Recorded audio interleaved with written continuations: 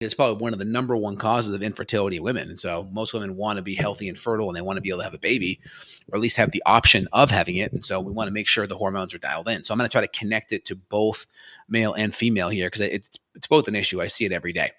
So let me kind of dive in. Let me pull up my outline here for you guys so you guys can follow along with me. If you like the outline, let me know. Put it in the comments below. Say, I like the outline, doc. All right, so big thing, testosterone free fall. Levels slip about 1% every year since mid-century. This is the 1% average. Now, you're typically in about half the average T than his grandfather did. Pretty nuts. Now, you're typically going to have a drop in testosterone from age 20 or 30 every year anyway, so there's a natural 1% drop anyway.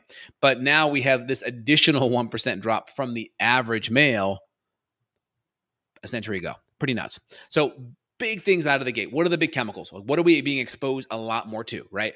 PFAS, polyfluoroalkyl substances. These are the nonstick pans. Phthalates, right? Bisphenol A. And guess what? When it says, oh, my Nalgene bottle is BPA free, well, guess what? A lot of times those plastics still have BPS in it. So you got to be careful. So be careful of your deodorants. I go to environmentalworkinggroup.org or Skin Cosmetic Database and search all of your skincare products. A lot of times you can have phthalates in it. Again, phthalates make plastic soft, right? So when you see something that's like bendable and movable, that helps make it soft. So does the BPA.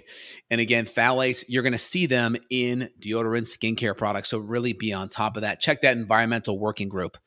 And again, even like old, stainless steel pans that have the non-stick, try to use like a green pan. Green pans are pretty good.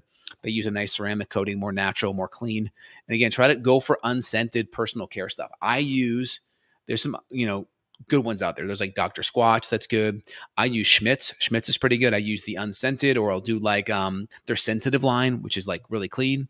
That gets a pretty good rating. You can compare it to the Cosmetic Skin Database, which is essentially part of EWG, Environmental Working Group. Those are big chemicals.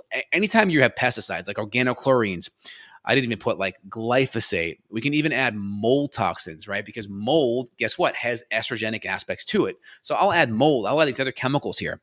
Now, talking about your plate and calories, I would say fats should even be up to half your calories should be fats. Because when you're eating healthy fats, that's the backbone for your cholesterol, right? When you're eating healthy fats, they're typically going to have proteins with it.